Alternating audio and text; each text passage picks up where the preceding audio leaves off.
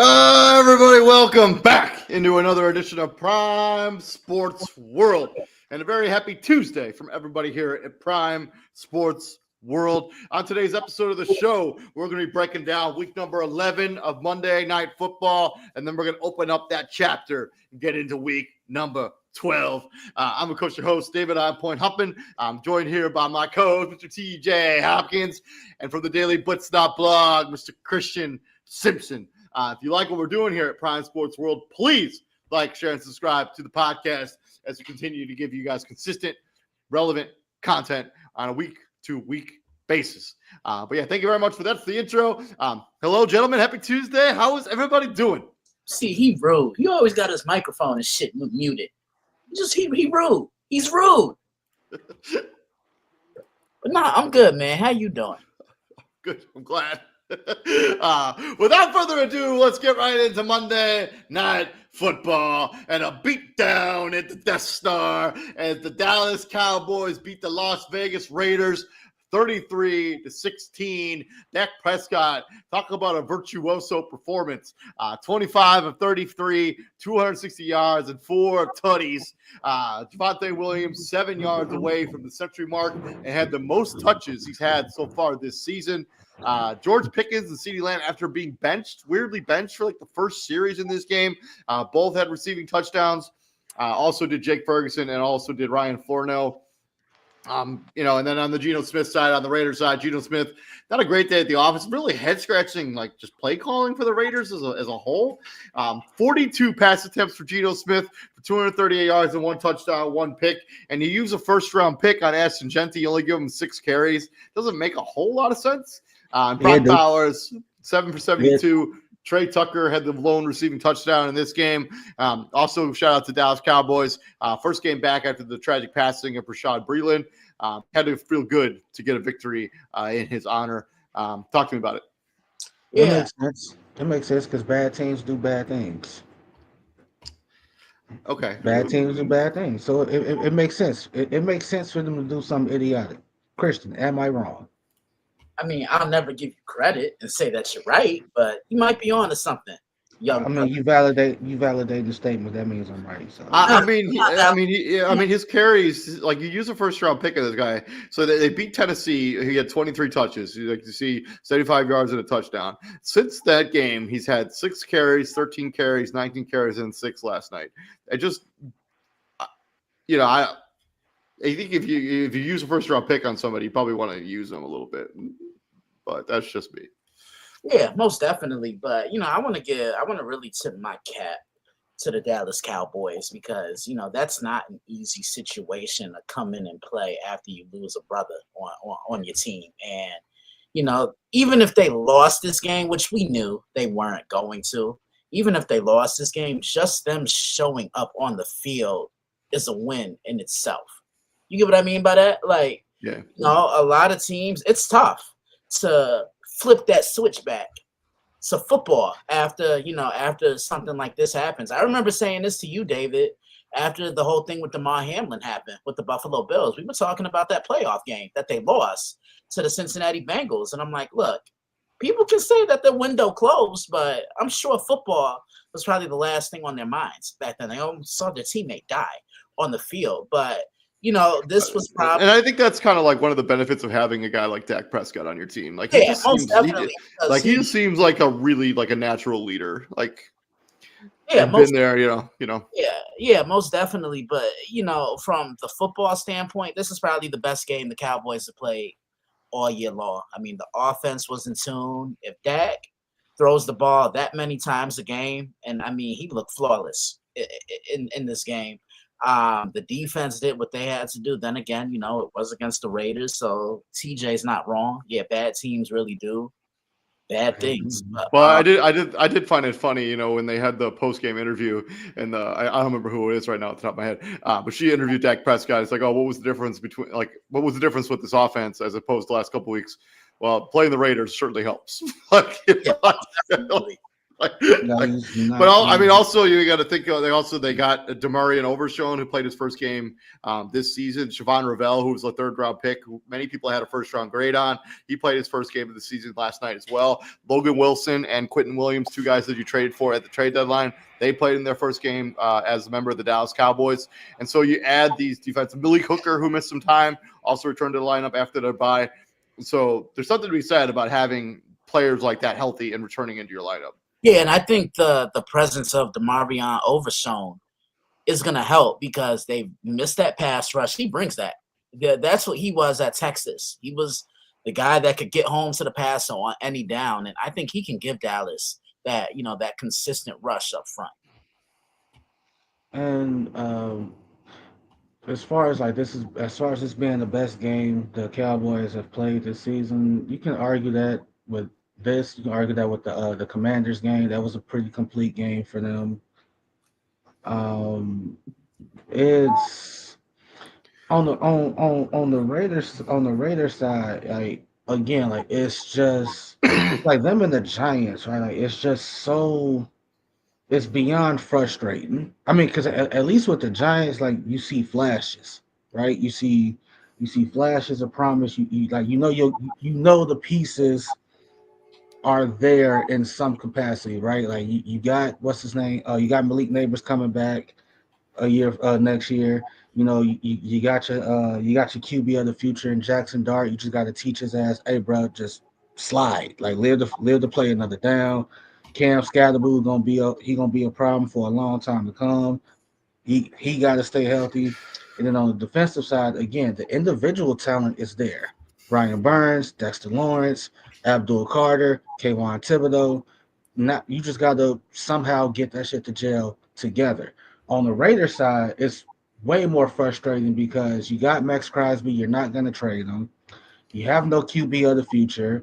Your head coach is 85 years old. I'm exaggerating, but not by much. Not by a lot. I'm exaggerating, but not by much. And your lone bright spot is offense. Well, not lone. Like your bright spots offensively are Brock Bowers, Ashton Genty, and you're now kicking the tires on Michael Mayer because Brock Bowers has been hurt. And I do like Trey Tucker. He's in his second season. Wide Yeah. I do like him, but I also don't really understand. Like I know Jackson Powers Johnson has been lost for the season. Same thing with Colton Miller. But like this offensive line was considered a strength of this football team last season, or at least for the last couple seasons, and it's just kind of like completely fallen apart. Geno Smith was getting killed in this game. He doesn't look particularly good, like a couple games here in a row. And this is the second game in a row, or second game this season, where you have teams taking a kneel even before the 2-minute warning against your team at home. And like that's gotta, I mean, you can't. Well, you can't do nothing but no, do something about it. You got 58 minutes. I mean, hey, if I play a game for the first 57 minutes and 30 seconds, and the opposing team comes out in victory formation with 2.5, 3 minutes left, you have no right to be mad. You have no right to feel slighted. You have no right to feel any type of way. You had opportunities to do something about it, and that's their way of saying, "Hey, this game is." Yeah. I would have knelt it at. I would have took a knee at the 15-minute mark at the start of the quarter if it was fucking possible. Yeah, but you petty like that. Absolutely. Good win for the Dallas Cowboys. Before we move on into week number 12, let's put a nice little bow on week number 11 with our game balls of the week. Christian, hit me with it. Josh Allen, 6 total touchdowns. He ran for 3. He threw 3. And, I mean, he really had to put this Buffalo team on his back. I think this was a must-win game for the Bills, especially after you beat Kansas City one week and then you just dropped the ball completely against the Miami Dolphins. But he said, look, gather round. I'm going to take us to the promised land. And he did just that. TJ. The Philadelphia Eagles defense. This is that was personal. That was personal come Sunday night. Like that was straight BTA. bear with me. First one, the Jacksonville Jaguars. Rushing attack. 47 freaking carries for 192 yards and 4 freaking touchdowns. As I guess a sort of mini upset against the Chargers on Sunday afternoon. And then Bryce Young, a little bit banged up in the week before, questionable if he was going to play in this game, but 31 to 45, 448 yards and 3 touchdowns in a game that they were trailing for majority of it. And he just basically grabbed them by their bootstraps and carried them into an overtime victory against the Atlanta Falcons in a game. I mean, they kind of had to win in order to stay relevant in the NFC. And then finally, God bless Bo Nix as they beat the Kansas City Chiefs. Let's go. But yeah, that's all we got for week number 12. If you got any game balls, leave them down in the comment section. Let's talk about week number 12. We're starting with Thursday night football. We got what could be a really high flying matchup here. I guess, Bills, Texans, Thursday night football. Texans obviously getting kind of escaping against the Tennessee Titans on Sunday afternoon. The Bills obviously put the wood. Just had a virtuoso performance against the Tampa Bay Buccaneers in a game they had to win in order to stay relevant in the AFC East. Texans, Bills. Last time these two teams played was last season. Christian, you remember who won that game last year? Houston won that game, and I remember it being like the worst statistical performance of Josh Allen's career. I think he completed like 9 of his 30. 10 passes. Like, yeah, he was bad. Josh Allen went 9 of 30 for 131 yards and a touchdown. They still somehow only lost the game by 3. CJ Stroud, 28 of 38, 331 yards and a touchdown and a pick. But we're going back up to 2025. These teams kind of feel like they're in a little bit of different direction here in 2025. Christian, talk to me about it. David. Oh, shit. Let's go. Let's go. First one. Let's go. Yeah. Because I know someone else ain't going to come. Let's go. Anyway. Shut up. 1, 2, 3. Shameless plug number 1, baby. Yeah. Like I said, that was a big win for Buffalo the other day. And see what happens when you let James cook. Good things happen. But I will say this, though. Like, I'm extremely concerned about Buffalo's defense because they couldn't stop TJ's back from getting big. But anyway, yeah, I said what I said. Truthfully speaking, they may have to win games the way they did on Sunday, which is a shootout. Run the ball, sustain long drives, and kind of alleviate that pressure off their defense. And then you look at Houston, there's no excuse for keeping Tennessee in that game as long as they did. You should have put them away. Yeah, you did. But I also want to say this: is it me? I mean, they had to come back and win that game. I mean, Tennessee had the lead for a majority of that entire majority of that game. But David, they scored 16 points in that second half in order to come back and win that game. Yeah, I might be the only one saying this, but do you think I'm crazy for saying this offense looks a little better with David Mills? I said that. I said that on the fantasy show last week. Actually, I think their offense does look better with Davis Mills at the under center. But I previewed this one on Thursday, an hour before the game. Be on the lookout. DJ, talk to me about it. Texans, Bills. Again, I've said nothing but glowing things about Davis Mills. Like, again, he put up numbers with this Texans team. They just didn't equate to a lot of wins, and some of that's not his fault. All right, we just saw Jacoby Brissett set an NFL record. Right, let a game ball, 47 passes, 47 completions. 47 completions. My bad. Yeah, so I'll never snub some kind of NFL record. If you're the Bills, like, to say that this might have to be the way they win games with shootouts, respectfully, not too many teams got quarterbacks that can match Josh Allen go for go. Baker Mayfield just so happens to be one of them dudes, and it took like you said, it took 6 touchdowns from Josh Allen to get over that hump. Like this, like like the game went out of hand till The end. to the late. Like, I mean, this game was a back and forth affair. It was arguably the best game of the entire weekend.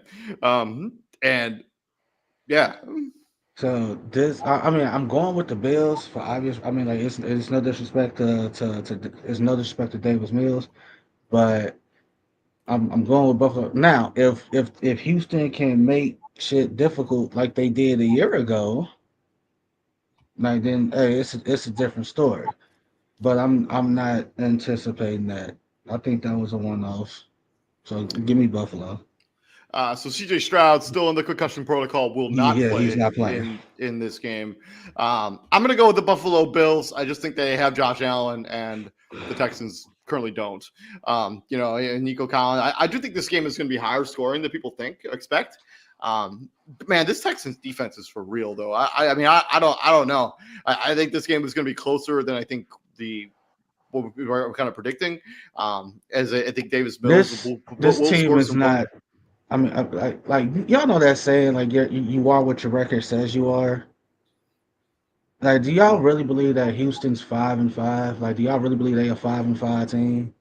No, I think they're worse than that. You think they worse than 5-5? Christian, you Yeah, think I mean, they? I think their offense looks atrocious for majority of the season. If they didn't have top 5 defense or top 3 defense in the NFL, they'd be lucky to have like 3 wins right now. That's bold. That's bold. No, what was the question, TJ? Like the phrase like you are what your record says you are. Like, do we really believe Houston's 5-5? And David said they're worse than that. He think they're worse than that. I mean, this year I think he has a point because I remember their first game of the year when they played the Rams. They only gave up 14 points, and they still lost that game. It was the inconsistency of the offense against Tampa Bay. The following week, they only give up 20, and they lose by a point. So it's been offensive. So, like looking at it, not to cut you off, but looking at it like just some of the point totals that they've given up versus what they've scored. They say week 1 Rams, they only give up 14, but they only managed 9. Then they lose to the Buccaneers by 1, 20-19. Then they lose to the Jags by a touchdown, 17-10. Then they blank the Titans, 26-0. They demolished the Ravens, 44-10. Then they lose to Seattle 27-19. Then they beat the Niners 26-15. Lose to Denver 18-15. Then they had to come back a week ago. So this is come back a week ago against the Jags. That was 36-29. And then now this 16-13. So this year, you can argue like they kind of lucky to be 500 right about now. Right. 100%. Because they easily could have lost both of the games the last 2 weeks. And Jalen Petrie, the starting safety for this team, also going to miss this game against the Buffalo Bills. So just keep an eye on that for injury stuff. Moving on from there, we're swinging into Sunday morning, afternoon football, depending on where you are on the planet. We got the Chicago Bears welcoming in the Pittsburgh Steelers. Aaron Rodgers does not require surgery on that potentially broken hand, but it's not clear if he's going to be able to play in this game. It is his non-throwing hand, but I mean, we'll see. Fractured left wrist for Aaron Rodgers. I don't think he's going to play. I don't know. I mean, I would be legitimately. I would be pretty shocked. I wouldn't play. I mean, grand scheme of things, like, do you need him? I mean, the Ravens are chomping at right on their heels, man. If any misstep by Pittsburgh, I mean, because only one team is making a wild card spot out of this division. Making a playoff spot out of this division. It's whoever wins the division. So any misstep by the Steelers, the Ravens are going to pounce all over it. I think if Aaron Rodgers is able to go, they're going to play him. I just don't think he's going to be able to. But Bears Steelers, last time these two teams played 4 years ago, almost to the date. Christian, you remember who won this game 4 years ago? The Bears won this game 4 years ago. Incorrect. Steelers won. Steelers won this game. This was the Tony Corrente game. 29-27. The Chicago Bears scored 21 points in the fourth quarter as they tried to come back and win this game. Justin Fields, Ben Roethlisberger was the starting quarterback for the Pittsburgh Steelers in this matchup. Najee Harris had 22 carries, 60 yards, and a touchdown. And Pat Freiermuth had 2 touchdowns in this game as they go on to beat the Bears 4 years ago. TJ, what happens in 2025? Bears, Steelers, Aaron Rodgers' status very much in question in this game. This is the Tony Corrente game. I'm picking the Bears to win. Pittsburgh, especially since the Baltimore Ravens have snuck back into the picture. The Pittsburgh Steelers have hiccups. Like they winning games, but it's outside of yesterday, because yesterday was an ass whooping. I saw what Darnell Washington did. That's grown ass man. He took out 3 people. I mean, that game was semi-competitive into the second half, but. And it's like with the Steelers, it's like I don't know what to make of them. So just the last month or so, you beat the Browns, you lose to the Bengals, you lose to the Packers, you beat the Colts, and you lose to the Chargers, and then you beat the Bengals. So it's like, which iteration of Pittsburgh am I getting now? If I'm Aaron Rodgers, or if I'm the Pittsburgh Steelers, I might not play him this game. But that Buffalo game might play. Aaron, take a week. Just because I doubt he practices this week. I don't think he touches a football this week. Leading up to, and I wholeheartedly wouldn't surprise me if he's some kind of game time decision, and they go from there. But either way, I'm gonna pick the Bears. I'm picking the Bears. I'm also gonna take the Chicago Bears. I do not think Aaron Rodgers will play in this game. I think it will be Mason Rudolph. So good luck to him. As I'm still on the Steelers for whatever reason that is. And I don't think Howard is ready to play. The kid from OSU.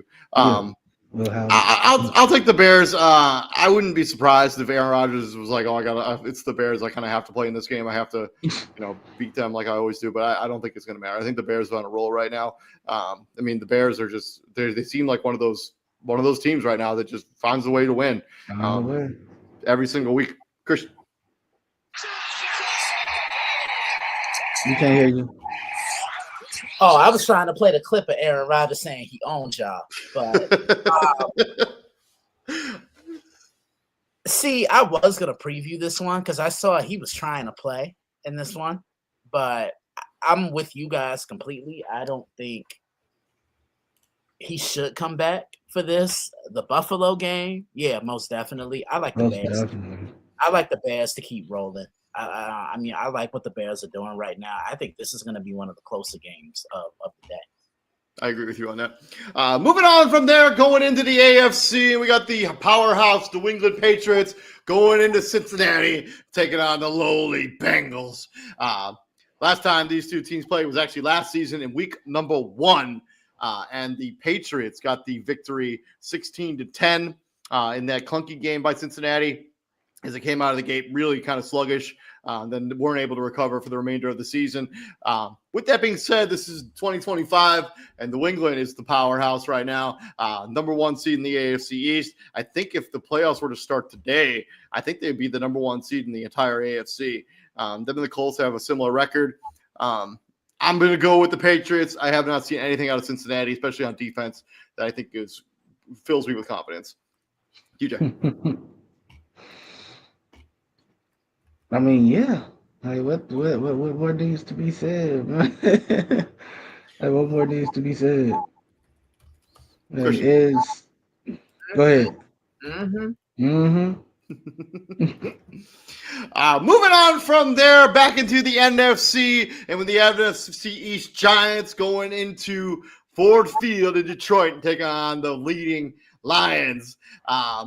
Last time these two teams played was actually 3 years ago, almost to the date, actually. They played on 11/20/2022. The Detroit Lions hung up 31 points on Christian's New York Football Giants as they won 31-18. Christian, what happens in 2025? Give me the Lions. I'm also going to take the Lions. I think they bounced back after a pretty abysmal performance against the Philadelphia Eagles. A lot to be said about the play calling and the just decision making by the Detroit Lions in that game against Philadelphia. But I think the Giants. I think they're going to get right in this game. Yeah, David, I was just about to bring something up about that. They don't call him Gambling Dan for no reason. I mean, 0 for 5 on 4th down. Really? Like, what's wrong with kicking a field goal or just taking points? And look at what happened. Yeah, I know. TJ, you got anything to say about that? I mean, like it was obvious he was calling the plays, man. Like take the points they give you. Like it was 16-9. That brother, you do realize if you kick 3 field goals, you probably walk out of there with a dub. Maybe. Like it's like I understand it was windy. I understand it was whatever. But some of the spots he was going for it in, it's just like, yo, what are you doing? It's legit. What are you doing? And he gets away with it. He gets he gets away with it. And it's like it ain't been this bad. I haven't seen this bad of a 4th down case of going for it on 4th down since they played the Niners in that playoff game. Yeah. Like that was bad. Like, and unfortunately, this gonna be sort of a get right game for them. Like it is what it is. Like they should win this one. Yeah, I agree. I think I think there was a little bit of the elements like they didn't want to necessarily try Jake Bates on long field goals, especially after he missed that extra point from 48 yards. But I the really head scratching decision. I think the Lions. This will be a get right game for the Detroit Lions. Moving on from there, we have the Minnesota Vikings going into Green Bay and taking on the Packers. Packers coming off that victory against the New York Giants. The Vikings obviously coming off losing to our Chicago Bears. But not a great performance for Green Bay. Kind of thought that they want to be dominant after a pretty lackluster performance against the Philadelphia Eagles. Really the last 2 weeks. They lost to Carolina the week before that. But they were just all right against the Jameis Winston-led New York Giants, a game that the Giants could have easily won. Christian, talk to me. Packers, Vikings. So I finally figured out what the problem is with the Packers. It's the offense and the lack of running the football. Now, I think they're trying to put a little too much on Jordan Love's plate. And you've heard me say this with Josh Allen and the Buffalo Bills for years since I started analyzing for this show. But if they could run the football, and they missed Tucker Kraft. He created mismatches over the middle with a linebacker. You put a safety on him, he's winning that 9 times out of 10. I like Green Bay. Minnesota is just, they're so up and down. Like, yeah, they should have won that game against the Bears the other day, but they didn't. It was almost like they had that game in the grasp of their hands, and they just let it slip. But, I think this is the game where Green Bay can get right because they've really looked lackluster the last 3 games. Didn't look all that good against Carolina. Didn't look all that good again. Didn't look that great against the Eagles, minus the defensive side of the ball. And then there were times they looked shaky against the Giants. I like for them to get back on track here.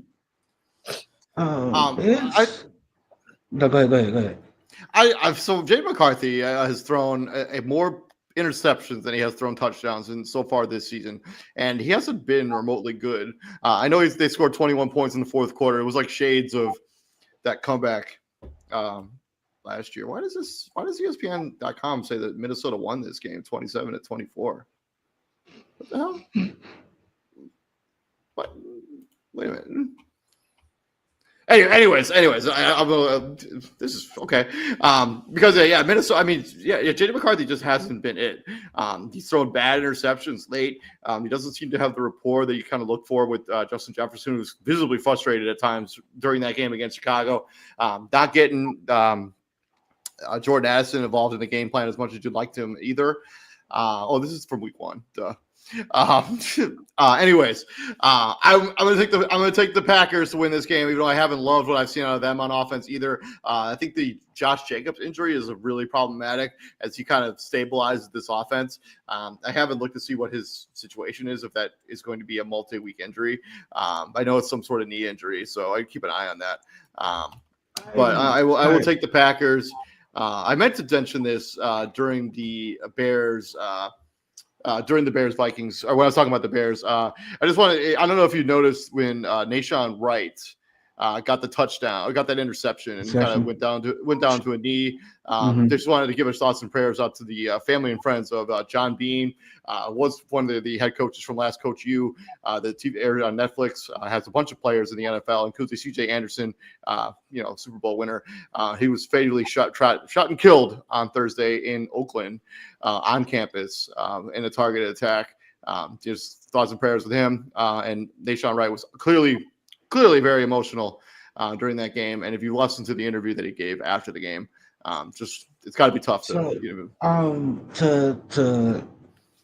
to address the frustrations of Justin Jefferson. One, valid, totally valid. He's your best player. You want to make things easy for him. You want to keep him happy. It was frustrating on all fronts because, mind you, it's frustrating on the Minnesota front because you had ample opportunities way before that last drive where you finally got a touchdown. Jordan Addison had a couple drops on third downs that would have went for big plays. Justin Jefferson, just JJ McCarthy missed throws to all of them. He missed throws all day. So did Caleb Williams. And therein lies the frustration on the Chicago Bears side because while they won the game, you could tell by Caleb's reaction as that field goal went through, he's looking at this this shouldn't have even come down to that. We should have hung up 30, 35 with the way things were going. On to this game, with the Packers, I asked y'all a week ago, say they beat the Giants, but they struggled. They struggled. This was they needed J-Mo to throw a pick to seal the game. They needed Christian Watson to make an ungodly catch to win the game, to go ahead. So again, what's the narrative about Green Bay going forward? They won the game, but they struggled, and that's kind of been outside of their Detroit game, right? And that was the first game of the season. So Jordan Love did throw an FTR to Christian Watson in that game against the Giants. That ended up being the game-winning touchdown. That was an absolute dime. Nonetheless, you're 6-3-1, but when we talk about contenders, are we really that confident? That's the thing. Is the confidence of Green Bay there to be hey, y'all can win it all? No, it's not, TJ. It's not there. No, it's not, because they have a lack of balance offensively, and this defense has put this team in way too many positions.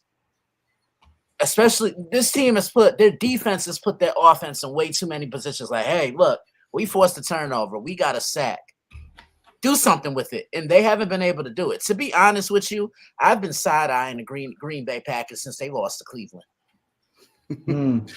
Cost me my survivor pick. Mhm. Yeah, but we'll see which version of Green Bay shows up and which offense this shows up. Moving on from there, we're going to swing into an interconference matchup. We got the Seattle Seahawks going into Nashville, taking on the Tennessee Titans. Obviously, the Titans just got done losing to the Houston Texans. The Seattle Seahawks got beat by the Los Angeles Rams at beautiful SoFi Stadium. Both of these teams are trying to get off the schneid. Which one will? Seahawks, Titans. Next game. Christian. Mm-hmm. Last time these two teams played was actually 2 years ago. The Seattle Seahawks got the victory 20-19. Geno Smith, Ryan Tannehill was still in Tennessee. Derrick Henry ran for 88 yards, but none of this is relevant. Taking Seattle. Moving on from there, we got potentially a barn burner matchup. We have the upstart Colts coming off their bye, going into Arrowhead and taking on the Kansas City Chiefs in a game that is crazy to say this, but the Kansas City Chiefs have to win this game in order to stay relevant in the AFC West and in the AFC playoff picture. Kansas City has to win this game. Last time these two teams played was 3 years ago, and the Colts actually got the advantage 20-17. Christian, what happens in 2025? Colts, Chiefs, a game. It's crazy to say this at this point in the season. Like, if you had started the season and we asked you, like, when the Colts and the Chiefs play in Week 12, who do you think is going to be in a must-win scenario? Most people would have said the Colts, not Kansas City. But Kansas City has to win this game if they want to stay relevant in the AFC. David? Oh, shit, let's go. Let's go. Oh, shit, let's go is right. 1, 2, 3. Shameless plug number 2, baby. Yeah, you're absolutely right. I mean, to me, this is such a big game for both teams. Indy, this is their biggest game, I want to say, since that AFC Championship game, the Deflategate. Look, sorry, Indy fans, I hate to bring it up, but they haven't been in a game this big, probably since then. But nah, the Colts have done it, balance offensively in the defense. I just need to see them improve and get a little better from time to time. And, I'm sure Sauce Gardner is going to settle in eventually. In Kansas City, again, it's like the Packers. Their defense is keeping them in games. It's their offense. It's the lack of versatility. They're not running the football. That would help them, I think, so much to kind of just alleviate that pressure off Mahomes. Yeah, I know he could do it, but he shouldn't be throwing the ball a certain amount of times. Yeah, this is a must-win for Kansas City because they're on the outside looking in, and 4 of the teams in the current playoff bracket right now are teams that have beaten the Chiefs: Jacksonville, the Chargers, the Broncos, and Buffalo. So, yeah, they have a steep mountain to climb. I mean, this isn't what we... I mean, and that doesn't even include the Ravens, who are sitting there at 5-5 too. And I haven't looked at the schedule, but that's the only tiebreaker that they own is over Baltimore. But I previewed this one on Friday, David. Be on the lookout. Prior to the season, going into the season, the Chiefs had won 17 straight one-score games. They're 0-5 this season. That's crazy. It's difficult for me to pick against the Chiefs, but I think Jonathan Taylor is going to have his MVP moment in this game, and I think that when we're going to after this game is all said and done, I think Jonathan Taylor will be the leaps and downs the front runner for the MVP. And I know about this quarterback award bullshit, but Jonathan Taylor has been the most important player in the MVP this season. I'm with you. I'm taking the Colts. I'm taking the Colts. Taking the Colts. I'll take. It's difficult though because I do think this is an absolute coin toss game, and this better be the Tony Romo game. It is. It is. You already know what it is. Oh, is Tony Romo calling this game? Oh yeah, Kansas City by 10. Yeah, I'm not even exaggerating. It's gonna be that type of game. Part of me wants the Colts to win because I want to see the chaos. I want to see the national media panic that the new Golden Boy might miss the playoffs. Like, oh my God, can you imagine? Can you imagine the playoffs without Pat Mahomes? Yes, I can, because it's happened before, and it'll happen after. It'll happen. It might happen again. Who fucking knows? The NFL does not revolve around Patrick Mahomes. That being said, the other side wants Kansas City to win just because it creates more chaos. Because now they're gonna ask the question of, like, if the Kansas City Chiefs get in, what are their odds of winning? It's the same thing with Green Bay. I don't see, like, nothing about Kansas City right now screams, I have faith in you in winning the championship. These guys look old. They look old, and again, that's attrition. They played. They played until They at play. least February. They played the last week of the season every like for the last like 5 years in a row, like pretty much. Bro, like that happens. Like, Travis Kelce looks every bit of how old he is. Same thing with Chris 35. Jones. Same thing with Chris Jones. Like, it's like it fucking happens. That's why it's so frustrating when an Xavier Worthy does something stupid, or Rasheed Rice does something stupid, and they're not on that takes them off the field. Like, that's why it's frustrating. Like, it's week 12, week whatever, when it was Rasheed Rice, Kelsey, and Xavier. Like, the fact that those three guys played their first game together at that point, since they've been on the same team, is sad, because somebody's either suspended or hurt. They're out in some way, shape, or form. This game is in Kansas City too, on CBS. Tony Romo calling. Yeah, Chiefs. Moving on from there, the final game in the late afternoon or the early afternoon window, we got the Jets and the Ravens. The Jets obviously losing Thursday night football to the New England Patriots, and the Ravens beating the Cleveland Browns on Sunday afternoon. The Ravens are on winners of 4 games in a row, are now back relevant into the wild card hunt and really into the AFC North. The Jets, you're just trying to finish off the season strong as you traded away a majority of your good defensive pieces at the trade deadline. You want to see continued growth from Justin Fields to wrap up the season. TJ, He's Ravens, benched. Jets. Oh, really? Mm-hmm. Again? Mm-hmm. Okay. Is he hurt? No, they just benched him. Just going with Tyrod Taylor. Oh, okay. Right. Yeah. So if you're the Jets, so again, like, it's frustrating. It's been a frustrating season all the way around. Like, now this talk of, like, oh, y'all got to get a new quarterback. Like, once again, hey, I just harken back to the shit that Woody Johnson said. If I'm a quarterback, I'm not going to the Jets. Why? So when I have a bad stretch, the owner can come out and say, I'm the reason we bad. No rookie. They do need a new quarterback, like whatever you want to say about it. Like, they Whatever, need somebody. and that's fine. They can need a new quarterback all they want. I'm telling you, if I'm any quarterback prospect, if I'm any quarterback free agent, I'm not playing for Woody Johnson. I am not finna be the scapegoat. I am not finna be thrown under the bus.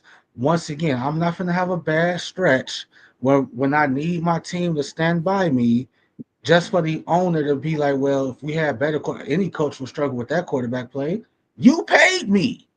I didn't hold a gun to your head and say, give me a deal or else. You gave me that money. And when shit goes bad, you throw me under the bus. No. So if I'm Fernando Mendoza, if I'm Dante Moore, if I'm any quarterback coming out in the draft this year, and the New York Jets call me, I'm telling my agent, tell them thanks but no thanks. No, you're not finna throw me under the bus. Woody Johnson go straight to hell. Ravens about 30. I'm also going to take the Baltimore Ravens. I think the Ravens are clicking on all cylinders right now at the right time. They're going to have their presence be told when it comes to January, February football. Christian. Mm-hmm. Mm-hmm. But I will say this. I wasn't really happy with what I saw from Baltimore on Sunday, because they let Cleveland hang around a They little did. too Yeah. much. Yeah. They were a Chidobe Awuzie great play away from that game being tied. That was a great throw by Shador. That was an even better play by Awuzie to knock that ball out his hand. Yeah, 100%. yeah, Yeah. 100%. But Baltimore always seems to get their toughest battles from Cleveland in Cleveland. So I wasn't really surprised that game was as close. I mean, and Miles Garrett just continues to be an absolute man child. Like, Did that stat say 6 straight seasons of 12 or more sacks? He's the best. I mean, TJ, what did I tell you when Aaron Donald retired? The Hey, belt. it's best on him now. It's on him. It's on him now. I mean, like now, if you wanted to argue that it was already on him, you could have that argument. But it's for sure on him now. Like come on, man. Like that's insane. That's like dude is not human. yeah, like Miles Garrett's on a whole other level. Anyways, yeah. Sorry, Christian, go ahead. That's all I pretty much got. But I like. Hey, real quick. If you was to put Miles Garrett up against, let's just say, like some of the best left tackles this game has ever seen, like Joe Thomas, like let's say he's going up against Joe Thomas. Let's just say he go up against Joe Thomas. Like let's just say for the sake of this conversation, Miles Garrett plays for a different team, and Joe Thomas is lined up across from him. How many sacks do you think Miles Garrett get on Joe Thomas? I think he gets at least 2. Give him 2. Give him 2. I say 1.5. Give him a sack and all right. What about let's Orlando Pace. I think he gets shut out against Orlando Pace. Yeah, I think he gets shut out against Orlando Pace. I think he gets shut out against Jonathan Ogden because Jonathan Ogden kind of played like a defensive end on the offensive line. He has long arms. He's 6'9". He's 6'9". Yeah. Moving on from there, speaking of the Cleveland Browns, they're taking on the Las Vegas Raiders. This game is in the Death Star in Las Vegas. Dylan Gabriel still in the concussion protocol, so I have no idea who's going to be the starting quarterback. If I was going to guess, I'd say it's probably going to be Shedeur Sanders, but I do not know for sure. And then, the Raiders, obviously, just had that devastating loss to the Dallas Cowboys, where, nothing in their offense really looked good in that game. And Cleveland, I mean, this defense is big time. Could have easily beaten the Ravens on Sunday afternoon. Both these teams are 2-8. Both these teams kind of need to get a victory, but who does? Christian. Oh, Jesus. You talking about this being a big old bowl of suck. My God. Wow.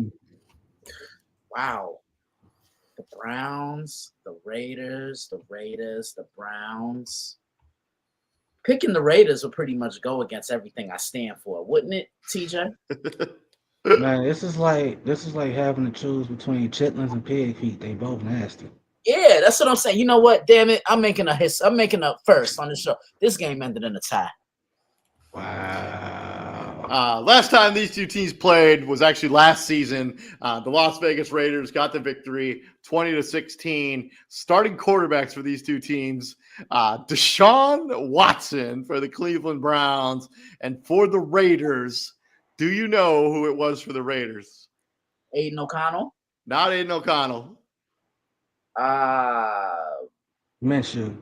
Gardner Minshew was the starting quarterback for the Las Vegas Raiders. And unfortunately for the Las Vegas Raiders, Gardner Minshew ain't walking through that door. And Myles Garrett still walking through that door.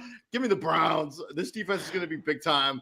I think Geno Smith has a terrible day at the office. I wouldn't be surprised if he gets benched after this game. So I'm also going with I'm going with the Browns. Shedeur is probably going to get the start, hopefully.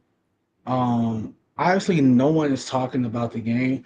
I'm gonna say this: like everybody's making a big deal, and rightly so. I might add that he didn't get reps. That yesterday was his first time taking reps with the ones, and everybody's in there like, well, what's the big deal? Like most backups don't take reps with the starters. Yeah, that's not the case for backup quarterbacks. All these Emmanuel Acho, I was a backup. Motherfucker, you were a linebacker. You're not seeing the field every play. You're not touching the ball every play. The quarterback touches the ball every play. The quarterback makes decisions every play. It would also be a lot different if, like, the starting quarterback in Cleveland was somebody super established, like a Tom Brady or a Peyton Manning or even like a Joe Flacco, those kind of guys. I But mean, even in those Dylan Gabriel is somebody that we don't even know if and he's any good or not. so And and injuries David, happen in the NFL, so you probably should have your backup quarterback at least a little bit ready to play. a little bit, and David, you want to know why that also like that argument holds no ground with the Dylan? Because Dylan Gabriel was taking reps with the ones. Even when Flacco and Pickett were there, Dylan Gabriel was taking reps with the ones. They traded Pickett away. Get Dylan Gabriel was taking reps with the ones. So like this notion of the backup doesn't take reps with the ones. They literally did it with Dylan Gabriel. They did it with him while Flacco was there. So for Kevin Stefanski to come out and say, "Oh, this was his first time taking reps with the ones," the offensive linemen who have to block for him, I've only heard his cadence once or twice. Y'all don't see that? Do you not think that's a problem? How are you not seeing that's a problem? Cam Newton, Cam Newton was more established in Carolina. Like was a super established in Carolina. Even he said, my head coach Ron Rivera told me, "Hey, we one play away from having to go to the backup." He gave the backup reps with the ones, David. He Yeah, gave the back like it's so like more whoever his people, backup was at the time. whoever I mean, his backup was at the time, they took reps with the ones. They took like they so if it's Shador Sanders going to be starting this game come Sunday, let's see what he does. Let's see what he does with a week. Let's just see what happens because like we finna. It's not like he lining up against some slouch out there. Hey, that is Max Crosby that's gonna be coming for him. And what Baltimore did, hey, that's just a sick individual that is John Harbaugh because and they defensive coordinator because the minute Shador came in and Sent the house to everyone. they sent the house because it's like, hey, they don't know, like they don't we they see the shit, bro. Like they see it. They know Stefanski is not doing right by this dude. They know it, they see it, and they made him pay for it. And also with this, so he didn't have reps with the ones, right? Dylan Gabriel did, and he still only threw for 21 more yards than him. Like he threw 47 yards going in cold. Yeah. I mean, they basically had the same amount of play time, though. I mean, they both played at half, but You know what? I'm gonna just join you guys. I'm taking Cleveland. Myles Garrett, I think, gonna win this game by himself. But David, yeah. like they had the same play, like so, like that. Can't you admit that that's different? Like Dylan Gabriel he been getting the reps and shit. Shador going in cold with no reps, no rapport, no nothing. Like that's different. You have to argue that's different. Yeah, Dylan Gabriel was playing okay. Like, he had him in a position to win. He was just they weren't asking him to do anything that was otherworldly. David, with David, Dylan David, Gabriel. David, David, He was 7 of 10 for 68 yards. David, David. The Browns recovered a muff punt at the 6-yard line. Dylan Gabriel couldn't get it. He couldn't get a touchdown. He couldn't score. He couldn't score a touchdown. He couldn't lead a touchdown drive with a muff punt at the 6-yard line. Dylan Gabriel hasn't been like Cleveland hasn't won a lot of games. It hasn't really been because of Dylan Gabriel. He's been mostly fine. He ain't helping, David. David, stop lying. What is mostly fine? They played the Miami Dolphins, and the Miami Dolphins player was literally mic'd up saying, "Give it, come on, Dylan. Come on, Dylan. Throw me the ball, Dylan." And he threw him the fucking ball. Come on, man. I mean, they beat Miami. It was 13. I'll take that back. That was two. That was two. He didn't throw a single pick in that game. What are you talking about? Christian over there smoking. I see Christian. He's smoking. Moving on from there, staying in the late afternoon window, we got the Jacksonville Jaguars, fresh off beating the Los Angeles Chargers at beautiful, whatever that stadium is called there in Jacksonville, going into Glendale, Arizona, and taking on the Cardinals. fresh off getting pounded by the San Francisco 49ers. No, that's Baltimore. I was going to say M&T Stadium, but I think that's Baltimore. I don't remember what the name of that stadium is. So it's TIA Bank Field in Jacksonville. It's got the hot tub and the swimming pool in the stadium. Last time these two teams played was actually 4 years ago. Christian, who won this game 4 years ago? Was it Arizona? Arizona did win this game, and they were on to a hot start 4 years ago. They were 3-0 after this game. Jacksonville falls to 0-3. I think this is Urban Meyer was still the head coach of the Jacksonville Jaguars. 31-19. Arizona wins this game. This game was also in Jacksonville, but this one is in Arizona. TJ, talk to me about it. Well, like I said it earlier, shout out to Jacoby Brissett. NFL record, 47 completions. 47 to 57, by the way. That completion percentage is right. That's that like it ain't like right. He won like 47 to 80 or 47 to 70. Like, hey, he only had 10 incompletions. Like that's some damn good, throwing of the football right there. It also begs the question, bro, did they run the ball? Did they try to? I know a lot of their running backs are hurt there in Arizona, so maybe not. I also know they were taking it the whole game, so they were getting beat off the starting blocks pretty much. I mean, it was 25-10 at halftime. It only got worse in the second half. They did run the ball 14 times for 36 yards, 2.6 yards per clip. So they didn't try. They didn't try at all. Their starting running back in this game had 5 carries. So yeah, they didn't try at all. I'm going with Jacksonville. Like they need this one. They need this one. If I can pull it up, Jacksonville is they're 6-4. 6-4, and they're probably the second wild card team right now, or at least maybe the first team in the playoffs. If the playoffs were to start today, they are the last team in. They are the 7th seed. Yeah.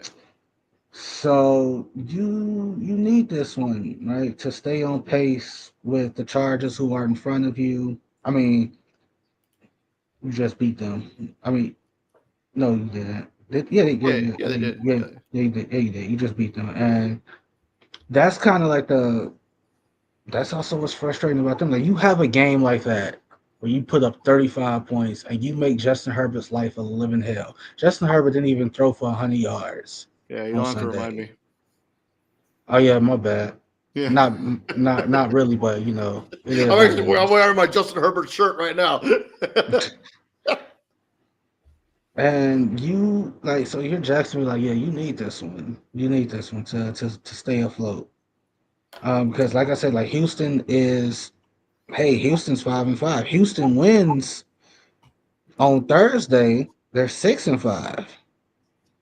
So like now they already a game behind you. So like if you lose and they win, now y'all got the same record. And they got the tiebreaker. Yeah. Because they split the season series, I'm pretty sure. I don't think they only played once. Or maybe they played. I don't know. Wait. Oh, damn. This is Jacksonville. Yeah, they played twice and they split the season series. Okay. So I don't know what the next tiebreaker would be. Probably division. Yeah, because I remember the division record. I don't know. Because you've broken this down to to a T, to the last, if everything's tied, what would be the last coin flip or strength of schedule, something like that.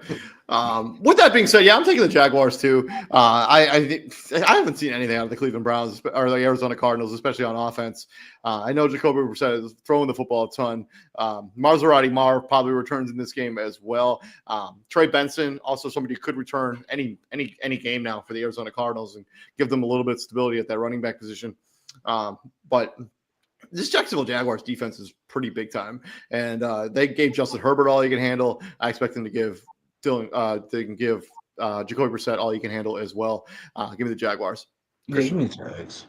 Yeah, I'm with you guys. I'm taking Jacksonville. Just trust them a little bit more. I don't think anything else really needs to be said. Moving on to a absolute slapper knocker of an NFC East matchup with the Dallas Cowboys getting off the schneid, coming off their bye after they lost 2 games in a row, welcoming in the Philadelphia Eagles into Jerry World. Eagles obviously coming off beating the Detroit Lions on Sunday Night Football and been playing a smothering brand of defense for the last 2 weeks against both NFC North powerhouses in back-to-back weeks. Cowboys, obviously, they beat the Las Vegas Raiders. Take that what you will. But this is a big time game for both of these two teams, as the Eagles are currently the number 1 seed in the NFC and would have the first round bye if the playoffs were to start today. Dallas, they are sitting right now at 10th place. They would need some help even to get into the playoffs, but they need to win games to control their own destiny. It starts with this game against Philadelphia. Christian, do they get it done? No, I don't think they do. And you know, you mentioned the Eagles playing a smothering brand of defense. Let me tell you both this: when they play like this and they challenge another team's manhood, I think this is the most physical team in the league. Plain and simple. I agree with you on that. Yeah, you know, and when they met in week 1, you know, there was a big ass man child that wasn't there. Jalen Carter real early. He got kicked out right away. And I don't think Jordan Davis played in that game either. No, he didn't. I think that makes the difference on Sunday. I like Philly. I mean, if them trading for Jalen Phillips, man, it's been an absolute. You couldn't have asked for a better scenario. You trade for a guy and have him have this kind of impact on your franchise 2 weeks in a row. I mean, Tommy Roseman's got to be sitting there on his tower, sitting there, feeling really good about that decision. Yeah, I agree with you. I don't think the Dallas Cowboys get this done. I think they fall to 4-6-1, and that probably puts an end to their playoff hopes for this season, as they would have to basically hope that the Seattle Seahawks a lot would have to go their right way with all the teams in the NFC North kind of falling apart as the season was to continue. Give me the Eagles, TJ. I imagine this is Tom Brady's game probably too. Probably. Yeah, Jordan, what's his name? Jordan Davis won out. Jalen Carter got kicked out. I don't like that being said, the Cowboys were what? I think CD Lamb had 4 drops, or did they have 4 drops as a I know he had a bunch of drops in that game. So he had a bunch of drops in that game. I don't anticipate that to be the same. But the only reason that was a game was because those 2 man children in the middle were not there. Like the minute Jalen Carter got kicked out, the first thing they did was what? Establish Javonte Williams. They ran the ball. He literally ran it down their throat. I think he got 2 touchdowns. If I remember correctly, he got 2 touchdowns that game. Offensively, so like this is the game if you're Philly and you still struggle offensively, like you can't, like Jalen Hurts don't throw for a party, then it's like, all right, what are we doing? Because AJ Brown he's making waves, he's making headlines for the stuff he's saying about the offense, and everybody is hyping it up like, yo, we're winning. They winning. Like, I don't get it. Why is he so disgruntled? Like, AJ Brown only cares about his numbers and da. No, AJ Brown is saying how we're winning right now is not sustainable. We're gonna run into somebody who can put points on the board. And one of these days, one of these games, we're gonna have to match them point for point. We're not doing that, scoring 16 a game. Yeah, we're not. Like the goal for the Eagles, and it has been for a long time now, it's not just win. Like this is a team that's won 2 Super Bowls in the last 5-6 years. Yeah, I mean, going back to the back to Nick Foles. Yeah. So maybe a little bit longer than that. So what are we doing? Like, so yeah, I'm taking the Eagles, but I'm keeping an eye on this one. I'm trying to see how they look in this one. Yeah, I'm taking the Eagles as well. Moving on from the NFC East to the NFC South, we have the Atlanta Falcons taking on the New Orleans Saints, and Falcons letting the Panthers steal one from them in overtime in week number 11. The Saints, they've been waiting to play after they beat the Carolina Panthers and got Tyler Shuck his first NFL victory. Had a bye week last week. Saints, Falcons. Michael Penix, I think, has gone into the IR. He's not playing. Yeah, will not play in this game. So it goes back to Kirk Cousins, under center for the Atlanta Falcons. Falcons, Saints. I think I'm going to take the Saints. I think I think that they're. I don't know. I think this is one of those games where it could go either way. I'm going to take the Saints though, but I don't really have a rationale or a reason about it. I just haven't really enjoyed what the Atlanta Falcons have been doing on offense or both sides of the ball really over the last couple of weeks. This is a Falcons team that should be better than it is, and it just isn't. Christian, I'm with you, David. I'm taking the Saints. I don't trust the Atlanta Falcons. Like I commonly known to say, I have 283 reasons why I don't trust them. But yeah, you said it best. Carolina really stole the game from them the other day, and yeah, the Saints are off that bye week.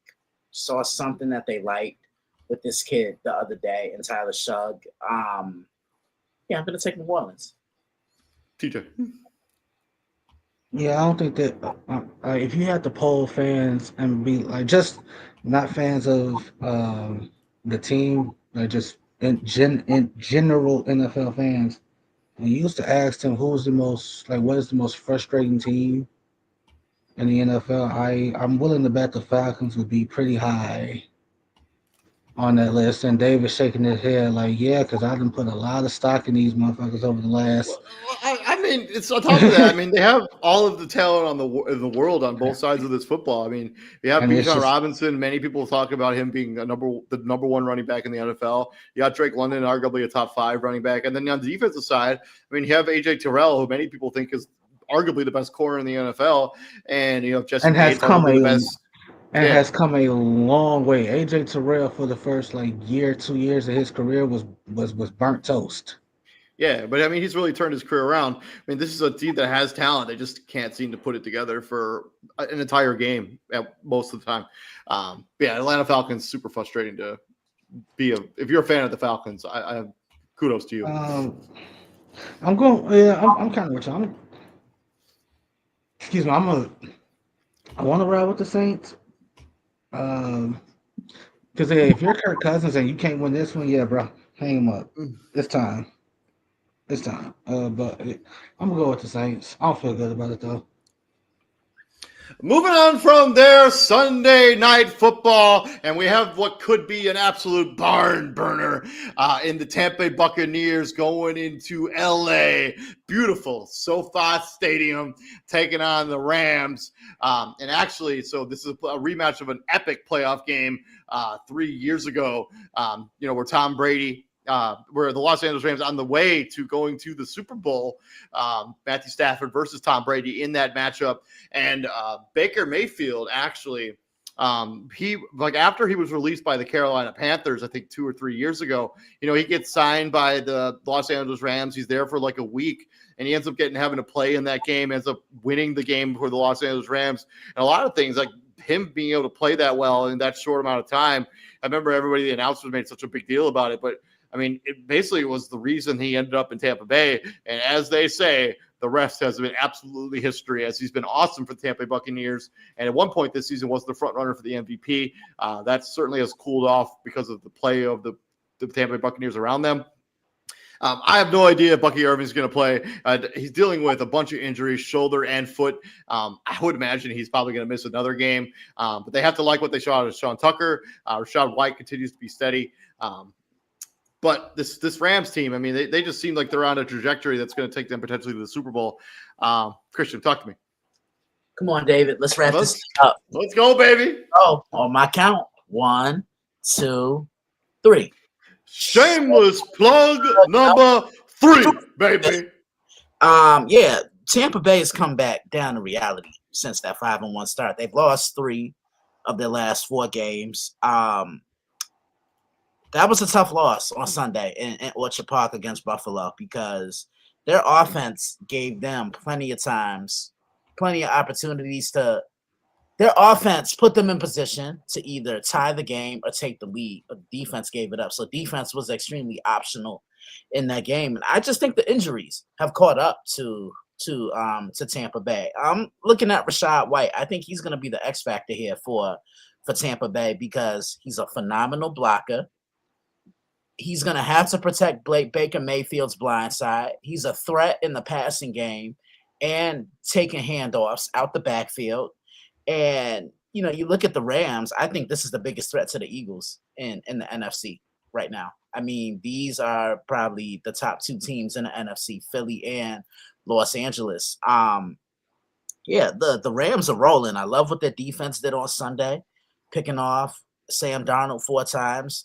And the Rams showed me that they can win games in different ways. They can either slow the game down and ugly it up, or they can win the shootout. I preview this one tomorrow. Be on the lookout.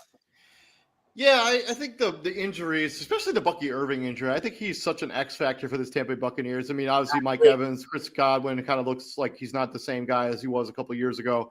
The injuries are kind of eating up his career. Lost some pieces on that offensive line there for Tampa Bay. And this Rams team, I mean, they can seem to be able to win the shootouts. They can also win the ugly muck it up games, as we saw against Houston, and the kind of that game we saw against Seattle this upcoming weekend, this past week. I'm going to take the Rams. I just think the Tampa Bay Buccaneers, what was a really nice story to begin the season at 5-1, injuries has really taken the toll on this roster. Give me the Rams. TJ. Agreed.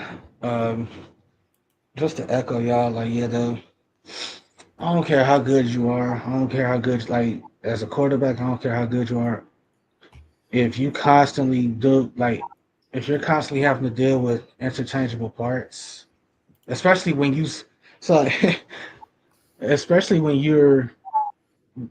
been spoiled offensively, like, I don't think I can argue that Baker Mayfield has probably been one of the most spoiled quarterbacks ever. Like, look at the run games he's had in Cleveland. Look at the receivers he's had in Cleveland. Then to go to Tampa Bay, like Mike Evans, Chris Godwin, then you draft Egbuka, you got K-Dot in that tight end, and you still got 2 solid running backs there. For you to not have those dudes, like, and it showed Sunday, right? Like, you put up 32 points and you didn't have all your key guys. So it's just like one of those, like, imagine if I had my key guys. Am I 6-4 right now? Probably not. I'm probably 8-2, 7-3, something. Football's a war of attrition for a reason. Like, give me the Rams. Moving on from there to the Christian McCaffrey Bowl, as we got the San Francisco 49ers. Hold on, let me see. San Francisco 49ers welcoming in the Carolina Panthers into Levi Stadium for Monday Night Football. Last time these two teams played was actually 3 years ago. San Francisco 49ers got the advantage 37-15. And actually, so this will be the first time that Chris McCaffrey will go up against the Carolina Panthers, because in that game 3 years ago, Chris McCaffrey had 14 carries, 54 yards, and a touchdown, but he was outdone by the combination of Jeffrey Wilson and Tevin Coleman on the other side, who combined for 2 touchdowns and 43 yards rushing. Jimmy Garoppolo and Baker Mayfield was the quarterback for the Carolina Panthers in that game 3 years ago. But what's going to happen in this game, Christian? But Brock Purdy back under center looked good in that first game against the Arizona Cardinals. Kind of starting to get healthy, kind of at the right time there for San Francisco as they try to make a push towards the playoffs here to wrap up the regular season. Talk to me about 2025. See, this is one of those games that can go either way because, like, Carolina, they're playing well. They're playing a lot better than I think a lot of people anticipated of them. And San Francisco, despite the injuries, they've still been keeping afloat. I got to give them that. I'm going to take San Francisco, but I won't be surprised if Carolina were to take it. Just to echo, just same thing. I have nothing else to add. Same thing what Christian said. If the playoffs were to start today, so San Francisco is the 7th seed and the Carolina Panthers are the 9th seed. So in a way, this game is going to go a long way deciding who will be a playoff team in the NFC. I will take the San Francisco 49ers because I just still think they're a better football team. And I think they're going to get some pressure under Bryce Young, who looked great in that game against the Atlanta Falcons. Really got his young receivers going. Xavier Legit had a good game. And Tedero McMillan, man, he had like 2 touchdowns in that game. If you play fantasy, he had over 30 fantasy points on my bench. I'm still echoing what Christian said. Like, I'm taking the Niners, but wouldn't be surprised if Carolina won. The point I'm getting to is, if you're a young quarterback like a Bryce Young and you have the day you had Sunday, what's the expectation going into this new game? Because you threw for over 400. Like, what was it exact? 448 yards and 4 touchdowns. All right, so that's a franchise record, right? You're not going to. Obviously, you go into every game thinking you're gonna do that, right? You're gonna throw for a fuck ton of yards and so on and so forth. But the one thing he can't do, and we can end it after this, is you had that game a week ago. You can't go into this game and lay a complete goose egg. Like, you cannot go 17 to 40, 150 yards, and the offense looks ugly. That can't happen. That can't happen. With that being said, I will take the San Francisco 49ers as well, but I wouldn't be surprised even in the slightest if Carolina ends up coming out and getting the victory in this game. I think Carolina has been one of those nice stories so far this 10th season. I think Dave Canales has done a great job coaching this football team as well in his second season. But I'm going to go with the San Francisco 49ers. They're getting sort of healthy at the right time. But thank you very much for joining us. That's been our Week 11 Monday Night Football recap. And then we got into week number 12 with our previews of every game on the slate. And in case you missed it, there are 4 teams on a bye, including the Broncos, Dolphins, Chargers, and Commanders. So if you're a fan of those 4 teams, you're going to have to find something else to watch this weekend. If you're a Dolphins fan, that might be a blessing. But thank you very much for joining us. Please like, share, and subscribe to the podcast. I'm David Huffman, right there from the Daily Blitz.blog, Mr. Christian Simpson, and also TJ had to bounce from the podcast early, but he's the co-host here at Prime Sports World. And Christian, what do we do here at the Prime, my friend? We bring the heat, baby. Yes, sir. We'll be back here tomorrow with Fantasy Football Weekly. Izzy should be back with us on that show. He's been doing the Super Bowl in their football league, the 10-year-old football league that he's in. So shout out to Izzy and being a super dad. Shout out to little Izzy winning that Super Bowl and that championship. Love to see it. Absolutely. See you later, brother. Yep.